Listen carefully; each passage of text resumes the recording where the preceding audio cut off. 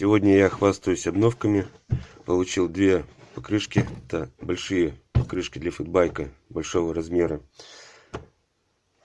Значит, была у меня такая ситуация, что я не мог выбрать, какую из них я хочу.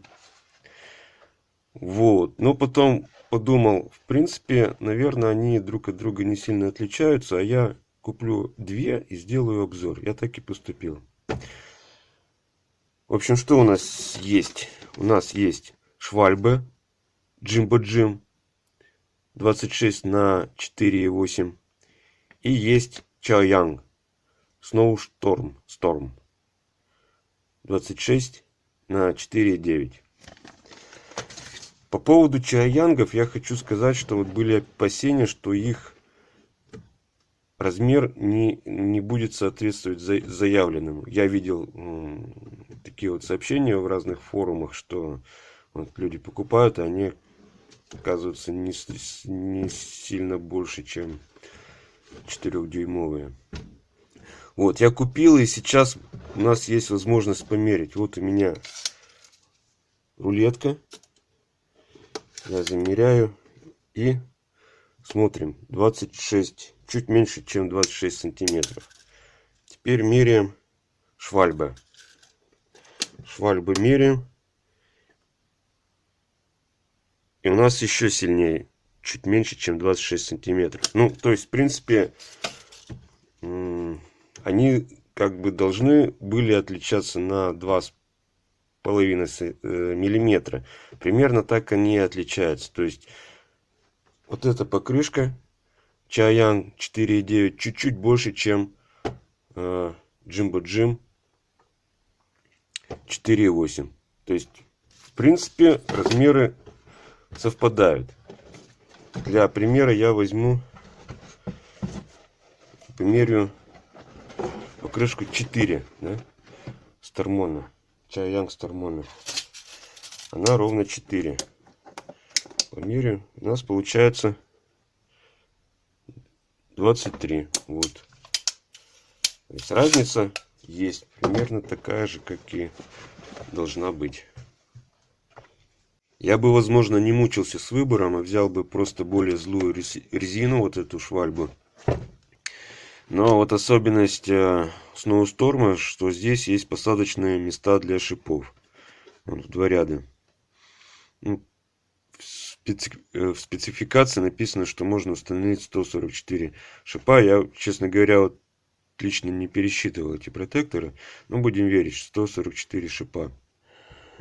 Значит, ситуация с шипами у нас такая. В принципе, они нужны, я не знаю, пару раз в году. Вот, когда после дождя или после оттепели наступили заморозки, и вот тогда действительно нужны шипы. Для того, чтобы ездить по обледеневшим дорогам. Ну, в принципе, я к шипам отношусь плохо. Они портят накат. С шипами выезжаете на асфальт, допустим, накат у вас хуже.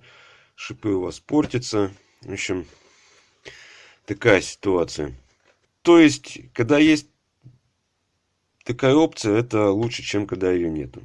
Правильно? Закономерный вопрос. Для чего я взял новые покрышки, при том, что, в общем, старые покрышки у меня еще не отходили свое. Значит, отвечаю. Я заметил, что на старых покрышках 4-дюймовых старые покрышки плохо гребут. Видите? Очень низкий протектор. Летом они ходят замечательно. А вот зимой гребут плохо. Значит, эти покрышки, они были куплены из-за своего веса. То есть, это самый маленький вес, который был на тот момент, когда я их брал. Значит, то есть, зимой вот эти покрышки меня не удовлетворяют. Поэтому было решено купить более злые покрышки. Давайте посмотрим, какой у них протектор. Как сильно отличается. Это у нас Schwalbe. Так, сначала на глаз, да, посмотрим. Определим потенциал покрышек. Вот. Я предполагаю, что Schwalbe будет позлее. То есть швальба будет лучше грести, потому что вот эти боковые зацепы у них немножко больше. И по площади, и по высоте больше, чем у Chaoyang. Но мы все-таки протестируем и проверим.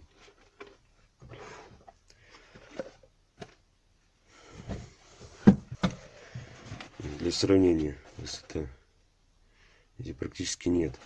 Так, давайте посмотрим все-таки конкретно высоту, замерим циркулем, штангелем, штангель циркулем.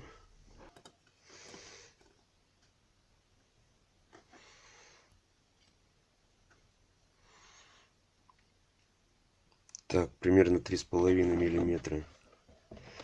И, в общем, высота протектора здесь не зависит от того, по центру, но или с краю.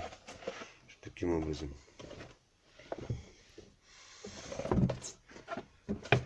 Здесь протектор у нас по центру будет тоже, будет те же самые 3 миллиметра, а вот с краю уже будет побольше. Уже будет 5 миллиметров. Кроме того, вы видите, что длина, в принципе, вот этого слоя, вот этого участка, который заполнен протектором, она больше. Здесь у нас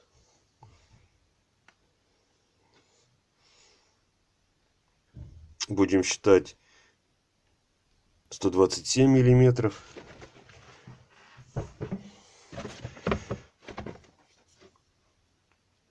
Здесь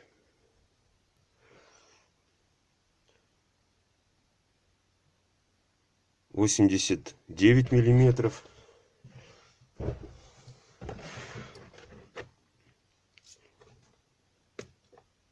Здесь те же 126 миллиметров. Вот. Но, как видите, у швальбы... да, давайте померим высоту протектора крайнего.